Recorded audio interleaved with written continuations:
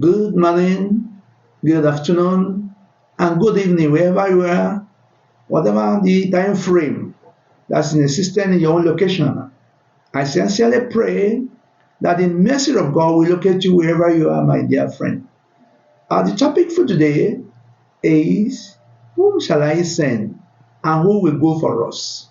Whom shall I send and who will go for us? And this is taken from the book of Isaiah, chapter 6, verse 8. Before this statement came out, we're told that Prophet Isaiah had an encounter with God.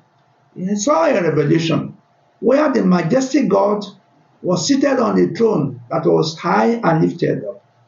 He saw the glorious vision and he was so amazed, carried away by the beauty of that scene, that he saw himself in an unworthy position to witness such a scene.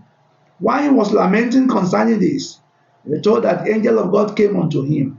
He first of all went to where the altar is, and he took a charcoal of fire and now put it on the lips of Isaiah, thereby sanctifying him.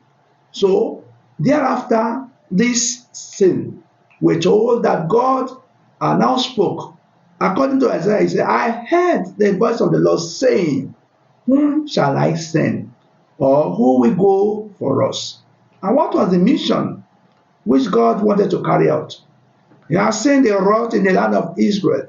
He has seen their backwardness. He has seen that they have gone back and serving idols. And God was not happy with that. He therefore wanted Isaiah, who was one of them, to go and carry out this mission. But he first and foremost did something. He sanctified Isaiah, make him worthy to carry out the mission. Likewise, my friend that is listening to me this hour, God is interested in you to use you as Isaiah of old. Now, let me tell you something. You are wonderfully created. God has packaged some things in your life, and it's not by accident. The beauty you have, your height, your size, the educational background, the connections you have, your family lineage, the schools you attended, and where you are working today, the friends you have all over the world, they are not hapstance. God is aware of it. It was already programmed into your system. For God knows where you are, even your existence, where your location, God is aware of it.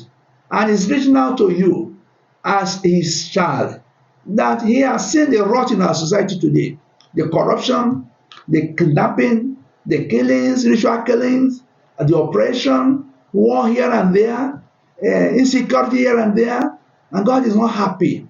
But he now look for a way to bring sanity to the situation, and he's now reaching unto you as his child to start from your own household, to start from yourself, and to carry out the mission of peace, of resuscitation to the country, because God is not happy where blood is being shed every day.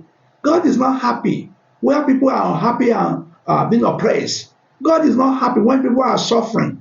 So he's now sending you to them. If you are not part of it, you should be aware of what is going on in the world today. And God is not happy. If you as a child or a person is not happy about it, that means God is not happy about it. And what does he want to do?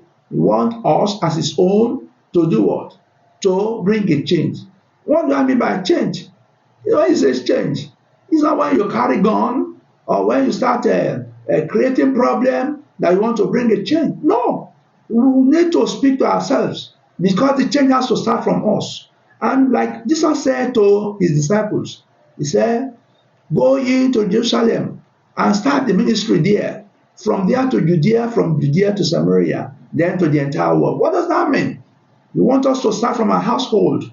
The change we are talking about is to start from us and to our friends, our acquaintances, our neighbors, our friends. We have to let them know and let them go away from evil and start doing the will of God.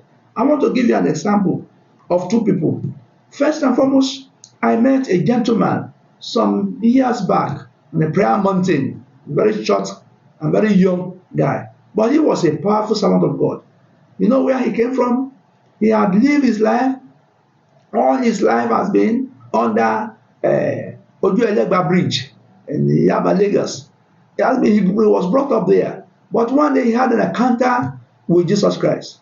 He had been smoking their hemp, living very rough life, sleeping under the bridge. But today, he has changed and he has become a powerful servant of God that is now changing lives. That's the kind of change we are talking about. And I also know two prominent men of God in this country, Nigeria. They were criminals before, they were armed robbers before, they were jailed, but they received pardon. When they came out of prison, they now took on a new life because they had a encounter with Jesus while they were in prison.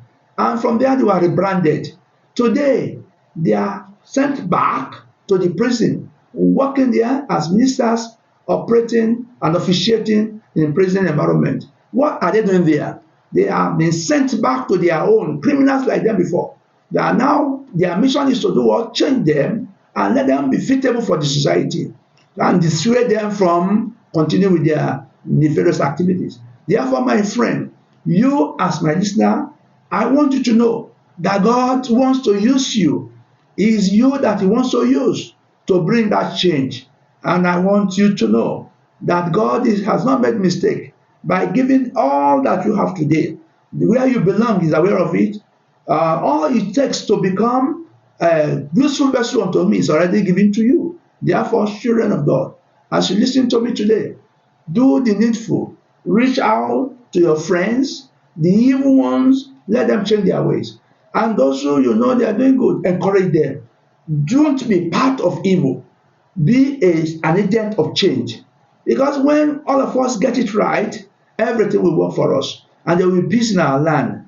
Until we meet again, I pray sincerely that God will give you the grace and the power to carry out this mission. Because that is the revelation given to me to pass to you. It shall be well with you. Stay blessed.